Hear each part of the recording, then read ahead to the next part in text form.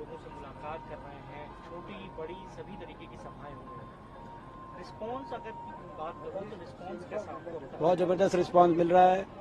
हरियाणा में कांग्रेस पार्टी बड़े बहुमत के साथ सरकार बनाने की तरफ चल रही है।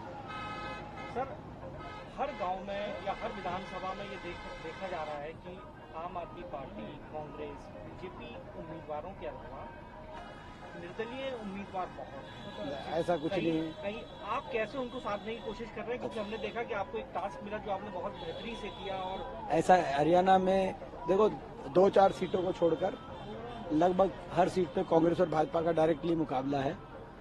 2-4 सीटों पर हो सकता है, मगर हरियाणा का सीधा मुकाबला कांग्रेस और भाजपा का है। लोग भाजपा से त्रस्त हैं, लोग कांग्रेस के पक्ष में बड़े बहुमत से मतदान करेंगे। जैसे मैंने कहा, प्रचंड बहुमत से सरकार हमारी बनेगी।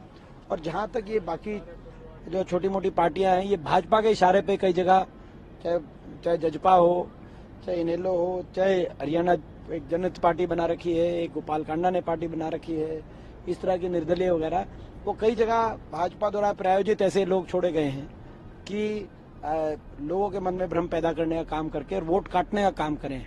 लेकिन लोग इन वोट काटों की हैसियत को पहचान चुके हैं। लोग ऐसे लोगों से न भ्रमित होंगे और न ही कोई इन सभी कैंडिडेट्स का मुकाबला नोटा से होगा और असली मुकाबला कांग्रेस और भाजपा में है।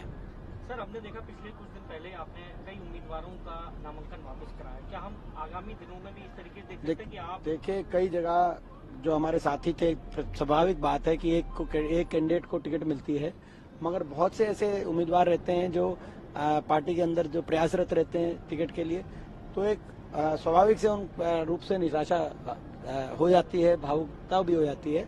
बहुत लोगों ने हमारी बात मानी। लगभग 80% जो हमारे ऐसे साथी थे उन्होंने अपना नामांकन वापस ले लिया है। जो 10-20% बचे भी हैं, जो हमारे साथी थे जिन्होंने नामांकन भरा था किसी न किसी वजह से, चुनाव जैसे चलेगा हमारा प्रयास है उनको कांग्रेस के पक्ष में लाया जाए। सर, हरियाणा यानी जवान, किसान और पहलवान, इन 3 प्रमुख चीजों पर राजनीति भी घूमती है और यहाँ की पहचान भी है। कांग्रेस पार्टी चुनाव के बाद इन तीनों, देखिए, ये प्रदेश आपने सही कहा, जय जवान, जय किसान, जय पहलवान, जय संविधान का प्रदेश है। लेकिन भाजपा ने इन चारों पहलुओं पर आक्रमण कर दिया। बाबा साहब के संविधान पे आक्रमण कर दिया, जय जवान जय किसान पे आक्रमण कर दिया, और हमारी पहलवान बेटियों के साथ क्या हुआ वो मुझे आपको बताने की जरूरत नहीं है। तो ये दोबारा से जय जवान जय किसान, जय पहलवान और जय संविधान का प्रदेश बनेगा, ये जय नौजवान का प्रदेश बनेगा। गृह मंत्री ने आज हरियाणा में ही तारीफ की, जवानों की तारीफ करी, किसानों की तारीफ की, इसके साथ ही पहलवानों की भी जिक्र किया और कहा कि यहाँ से सबसे अधिक मेडल आते हैं। आपको लगता है कि उनका ये बयान उन लोगों तक पहुँचेगा और कहीं ना कहीं बीजेपी के लिए वोट करेगा, या सिर्फ ये बयानबाजी है? देखिए, ये 10 साल क्या किया लोगों ने देख चुके हैं। इस सरकार ने हमारे किसान का अपमान करने में कोई कसर नहीं छोड़ी। 750 किसानों की जान की कुर्बानी लेने वाली सरकार ये साबित हुई। इस सरकार ने जवानों की का अपमान करने में कोई कसर नहीं छोड़ी। अग्निपथ योजना, अग्निवीर योजनाएं लेके आने वाली सरकार, कच्ची फौज की भर्ती करने वाली सरकार साबित हुई।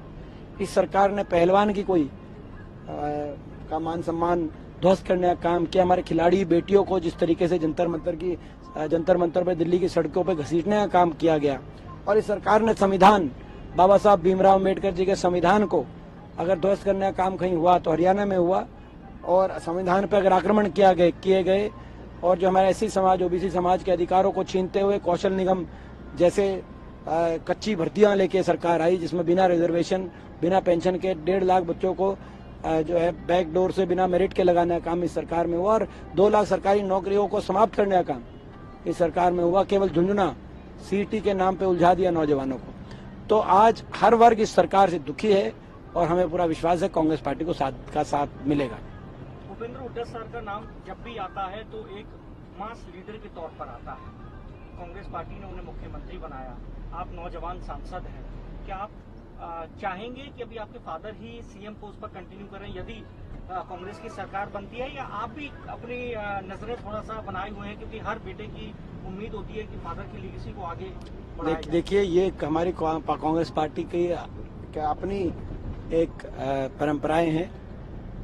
जहां तक आज हरियाणा की स्थिति है, आज प्रचंड बहुमत से चौधरी उदय भान जी प्रदेश अध्यक्ष जी की अध्यक्षता में, नेता विपक्ष चौधरी उपेंद्र सिंह हुड्डा जी के नेतृत्व में, सभी कांग्रेस के हमारे सभी नेताओं के सहयोग से, कांग्रेस के कार्यकर्ताओं की मेहनत से प्रचंड बहुमत से कांग्रेस की सरकार बनेगी। विधायक आएंगे हमारे, और जब विधायक आएंगे तो मैं आपको बता दूं हमारा क्या होने जा रहा है। अभी से 8 अक्टूबर को विधायक आएंगे, शाम को विधायक दल की बैठक बुलाई जाएगी चंडीगढ़ में, आप आमंत्रित हैं। उसमें सभी विधायकों की भावना जानते हुए कांग्रेस का शीर्ष नेतृत्व अपने विवेक से मजबूत सरकार की परिस्थिति के लिए अपने विवेक से हरियाणा में मुख्यमंत्री का फैसला करता रहा है। ये हमारी कांग्रेस पार्टी की पद्धति रही है।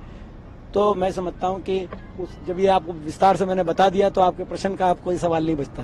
आप समय लेना चाहते हैं तो मुख्यमंत्री, देखिए, लोगों ने मुझे लोकसभा में भेजकर एक बहुत बड़ी जिम्मेदारी दी है।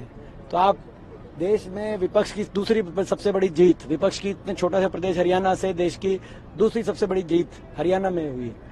रायबरेली में राहुल जी के बाद दूसरी जीत रोहतक लोकसभा क्षेत्र वासियों ने कांग्रेस को देने का काम किया। बड़ी जिम्मेदारी है, तो वो जिम्मेदारी हम निभा रहे हैं और कांग्रेस कार्यकर्ता के रूप में कांग्रेस के पक्ष में आज पूरे प्रदेश में मेहनत कर रहे हैं। पड़ोसी राज्य में एक बड़ी राजनीतिक हलचल हुई, अरविंद केजरीवाल इस्तीफा, वो हरियाणा के अंदर मटीरियल में ज्यादा, मैं समझता हूँ आम आदमी पार्टी का हरियाणा में कोई ज्यादा राजनीतिक वो नहीं है, तो वो उनका अपना मैटर है, वो अपने हिसाब से देखें। एक आखिरी सवाल ले लेता हूँ सर, राहुल जी और प्रियंका जी का और अध्यक्ष जी का क्या प्लान आगे रहने वाला है हरियाणा के अंदर, कुछ जानकारी अगर आप साझा करें? वो आएंगे हरियाणा में, चुनाव का प्रचार का प्लान रहने वाला है, उनकी जितनी सभाएं हैं आप भी आना।